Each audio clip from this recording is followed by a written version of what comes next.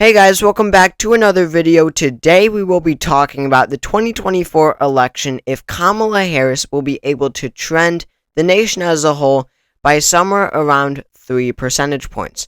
So in the 2020 election, Joe Biden won the national popular vote by 4.5%. This ended up resulting in an electoral college victory of 306 to 232, which seems, pretty significant, but it was extremely narrow margins in some of these states. So new polling is indicating that Kamala Harris can potentially, especially after the debate, we'll see how it holds up after the debate, but it appears that Kamala Harris does have an opportunity in this election to expand on the margin that Biden won by in the 2020 election, that 4.5%. So, of course, she would also expand the margin in the Electoral College. Now, we do have an official now electoral, or an election day countdown. It's just 46 days away. So that's always important to keep in mind because this will go fast. This election is going fast and it will continue to move fast. So we are only 46 days away. So again, what if the 2024 election were to shift, let's say, 3 percentage points in Kamala Harris's favor? Well, she currently only leads by 2.8%. For whatever reason, the post-debate surge, and, it's not, a skyrocketing surge, but there certainly is a boost that Kamala Harris is getting. It's not being shown yet in this 538 polling average. Now, it is clear in some of the battleground states. There was a batch of polls from Pennsylvania that really, Pennsylvania is going to be polled more frequently than the nation as a whole. And you can just see right before the debate, Harris was ahead by 0.4, 0.5, very narrow margins. And she was able to expand that to a peak of 1.9%. That was 2 days ago. Today, she stands at about 1.5%, so she has a much healthier lead in a state like Pennsylvania, which is polled more frequently, more commonly, than the nation as a whole. So the point is, it is possible, I believe, when you look at the numbers for Kamala Harris to possibly make gains on the margin that Biden won by in 2020. Now, this is only possible if she is able to outperform what she is expected, or how well she is expected to do in the polling. In the polling, again, she's only ahead by 2.8 nationwide. So she would have to outpace that quite a bit. And this is, if using the 2020 numbers as we have in every state, this is if Kamala Harris would be able to do some 3 points better than Joe Biden to just, demonstrate the major implications that this would have and how, if it is possible, it would absolutely mean just a landslide for Kamala Harris and a blowout of the Republican Party, really damaging the Republican Party for decades to come, I feel. Really would be a landslide. So we have many states for each candidate. That wouldn't change from 2020. These are safe states, which means a margin, and margins are important in this video. But these are all states that were decided by a margin of 15% or more in the 2020 election, so they're only becoming more Democratic, so obviously they're going to stay as safe states. And Kamala Harris will actually add at least one more, definitely the state of Colorado, right? That would be boosted up to a 16.5% margin if she is gaining 3%, if the state of Colorado is shifting 3%. So that one would become a safe state. Again, 15% margins or more here for safe states. And as for Donald Trump, he has some as well. Now remember, Donald Trump is now losing 3% in all of these states, while Kamala Harris was gaining in the blue states. We can think of it as Donald Trump losing 3% in all of these battleground states. So he holds on to quite a few, but really he does lose some from 2020. The state of Oklahoma is safe, Louisiana, Arkansas, Kentucky, Tennessee. You might notice a good amount of them of safe states from 2020. If you know your safe states, if you know your margins, they are not, once again, safe. So these are all of them, from what I know. I'm pretty sure. I'm pretty confident in this. But you can just see how Kamala Harris and Tim Walz already have a gigantic lead, and this is only after safe states. They have 191 electoral votes. You need 270 to win already, and this is just safe states. Donald Trump, J.D. Vance at 81 electoral votes, a measly, is that a word? I don't know. A measly 81 electoral votes to Kamala Harris's 191. So now let's move on to likely states. These are states that are shaded, a bit lighter than the safe states here. And these are all states that will be decided by a 5 to 15% margin. So closer, but we do generally know how they are going to vote. So starting with Kamala Harris and Tim Walz. Well, they do keep quite a few from 2020. First, we'll go into the ones that they keep. States like New Mexico, that's now a 13.8% margin. Minnesota becomes a 10% margin. Virginia becomes a 13% margin. New Hampshire is a margin, Harris plus 10. And Maine is Harris plus 12. So there were a good chunk of pretty blue states from 2020 that do become more Democratic, but they're not quite at that safe margin yet, even with Harris gaining that critical 3%, as we'll see in the battleground states. So those 5 states stay likely, as well as Nebraska's 2nd congressional district. That becomes a 9-point margin, almost a 10-point margin, actually. Very good there for Kamala Harris as well. Now, let me see. And Kamala Harris will be adding, traditionally battleground states into that likely characterization. A notable one is Michigan. Michigan voted for Donald Trump in 2016, so it would be going from a Trump state in 2016 to then a Harris plus 5.8 state in 2024. If she's gaining 3%, that's over 5%. It makes Michigan a likely margin state, and that is just unheard of in today's close elections. Across these battleground states, you would not expect a state like Michigan to go likely, but it is. It is likely Democrat right now if you add 3% on from 2020.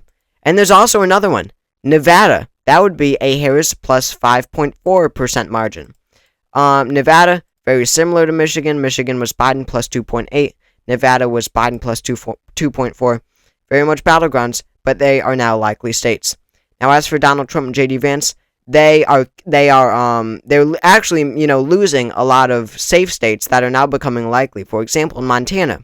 Montana voted for Trump by 16 in the last election. That would be reduced to a 13-point margin. That's less than the 15% to make it safe. That goes for Montana, Nebraska's 1st district, Kansas, Missouri, Indiana.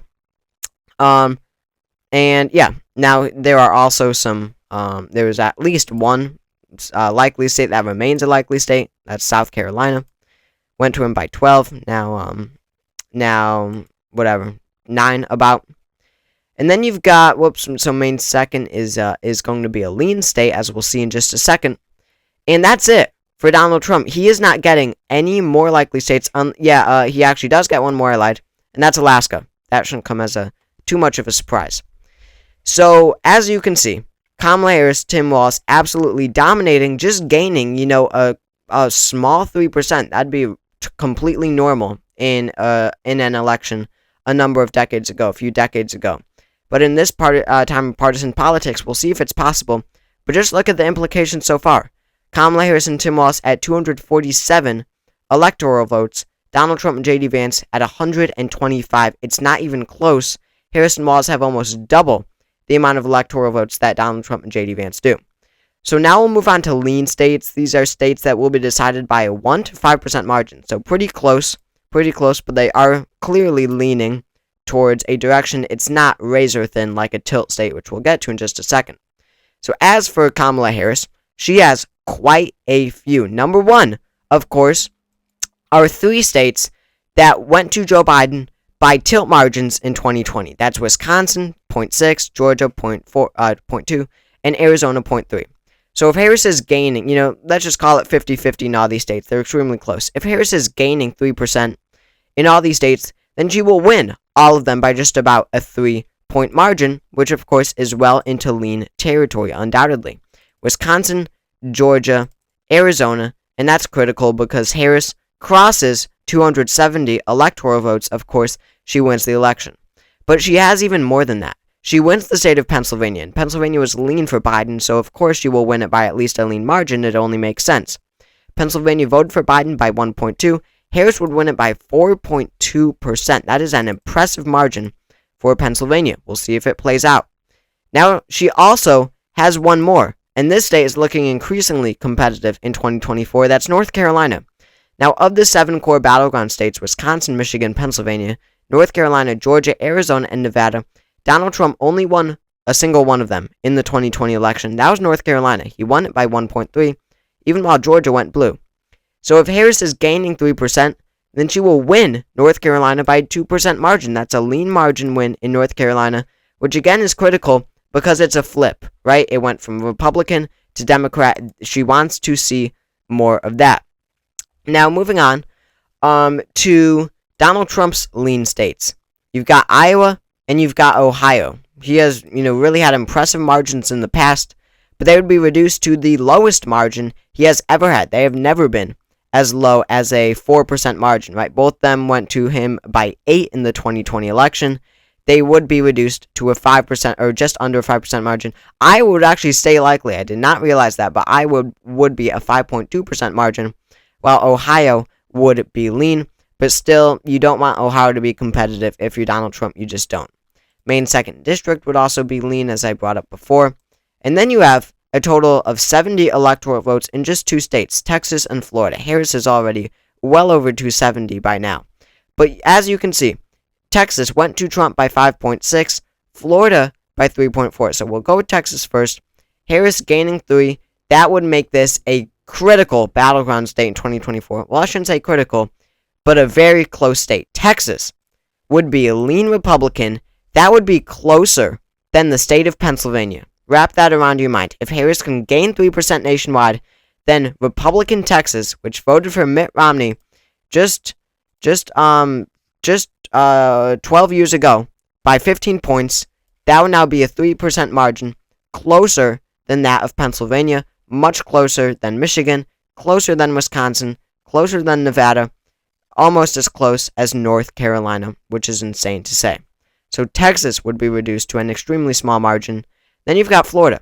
Florida voted for Trump by 3.4, so this would be a razor-thin state. This would make it a tilt state. That's a state decided by less than 1%. I mean, it's just about razor-thin. Either party could carry it, but in this instance, for the purpose of the video, of course, Donald Trump would win Florida by 0.4%, making it the closest battleground state, or any state at all, I should say, of the 2024 election. So the point is, key takeaway of this video, if Harris can really capture a post-debate surge, and if they do debate again, I believe they might. I believe Donald Trump may cave in and debate.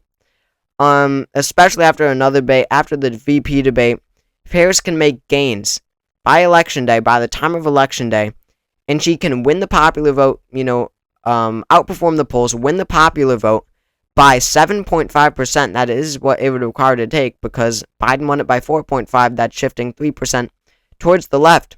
If she can do that, then it's an electoral landslide. If she can win it by 3.4, then she wins Florida, and that's 349, 189. That would be considered an electoral landslide. So, Kamala Harris has the opportunity to win by a lot. All she has to do is outpace what Joe Biden won by in 2020. I think, for the key reason that Donald Trump is so much of a weaker candidate in 2024 than he was in 2020 and 2016. Much different man.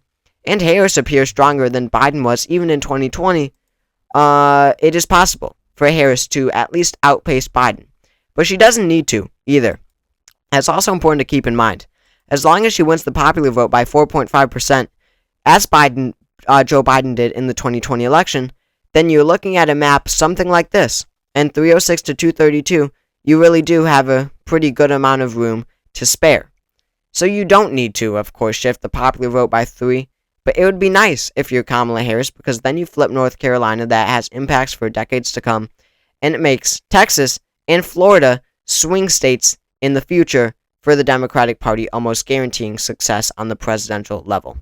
So thank you all for watching this video. If you enjoyed it, make sure to subscribe down below. We're trying to get to 20,000 subscribers in 46 days before the 2024 election. So again, thanks for watching, and I will see you all next time.